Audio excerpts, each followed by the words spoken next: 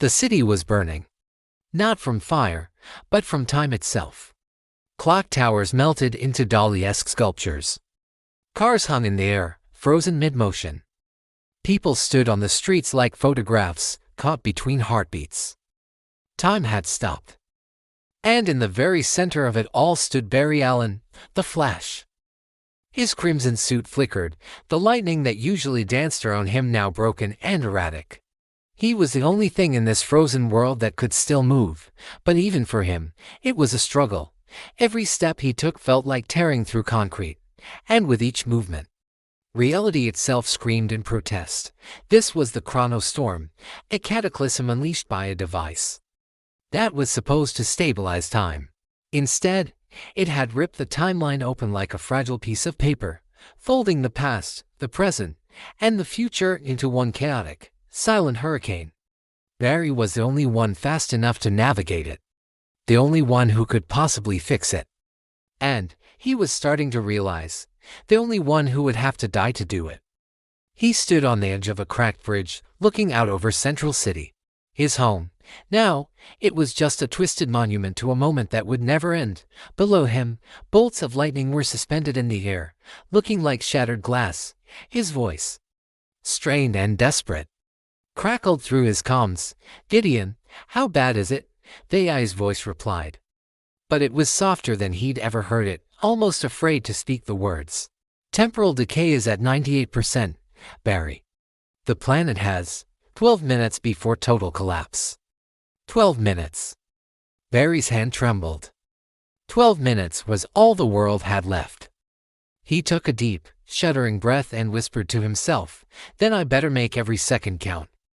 He started to run. The first step shattered the asphalt beneath his feet. The second ignited the air around him into plasma. By the third, the world had dissolved into streaks of brilliant gold and crimson. He sprinted through the frozen streets, a ghost moving through a gallery of statues. He ran past people locked mid-scream, their faces masks of terror.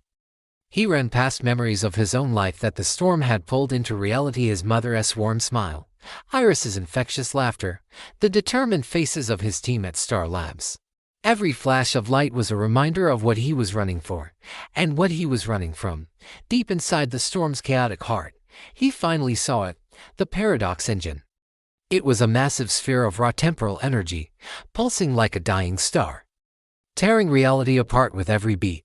As he drew closer, a voice slithered from the engine into his mind, whispering promises of ultimate control, dangling his greatest weakness before him. "You could save her," Barry, it hissed, the sound a mix of 1,000 distorted voices. "You could fix everything." And for a heart-stopping moment, he saw her. His mother, standing amidst the temporal chaos, smiling at him. It wasn't real. He knew it wasn't real. But his heart broke all over again anyway. Tears stung his eyes, hot against the cold wind of his speed. "I already learned that lesson," he whispered, his voice thick with grief. "Some things aren't meant to be fixed." With that final, painful acceptance, he ran straight into the storm. The ground behind him exploded as the Paradox Engine unleashed a final, desperate surge of energy. Blindingly white lightning crawled across his body, his veins glowing like superheated filaments. The speed force, the ancient, eternal power he drew from, spoke to him then, not in words, but in pure understanding. "Barry Allen, the timeline cannot survive this. If you absorb this energy, you will never return." "I know," Barry replied, his voice firm, his resolve absolute. "But they will."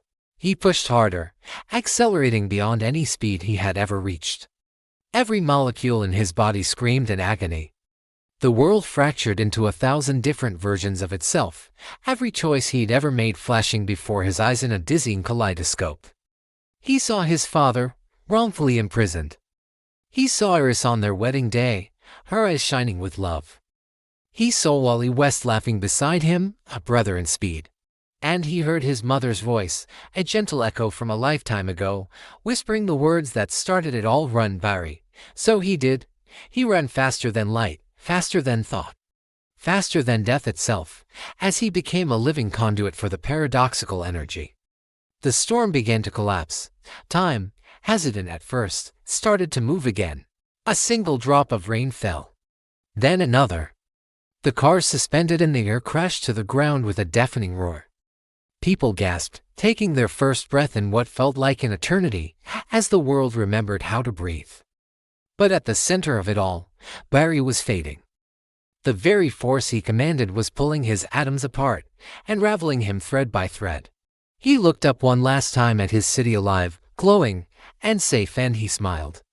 "That's all I ever wanted," he said softly, his voice barely a whisper against the roaring wind. A voice, trembling and faint, broke through his calms. "Barry.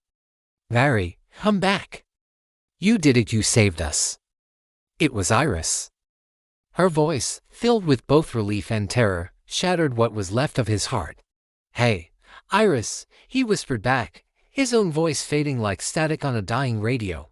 "Tell everyone, I'm just running a little further. I'll find my way home." The lightning around him exploded in one final, glorious burst of gold, and then he was gone. Central City woke to a profound silence. The storm had ended. The skies were clear. But there, in the center of the bridge, burned into the asphalt, was a single, perfect lightning bolt symbol, a streak of red and gold that was still warm to the touch. People gathered around it, a mix of confusion, fear, and a dawning sense of hope. And as the wind swept through the city, some swore they could hear a faint whisper carried on it, a voice lost in the speed of light. "Run, Barry, run." Days later, Iris stood alone on that same bridge as the sun set, casting long shadows over the city. Her hand gently traced the charred symbol on the ground. Tears rolled down her cheeks. But she was smiling through them. "You always ran toward the storm," she said softly to the empty air, "never away." And far, far beyond time, in the endless expanse of the Speed Force where seconds stretch into eternity, a lone streak of crimson lightning raced on, endlessly, a heartbeat in the void. A hero who never, ever stopped running.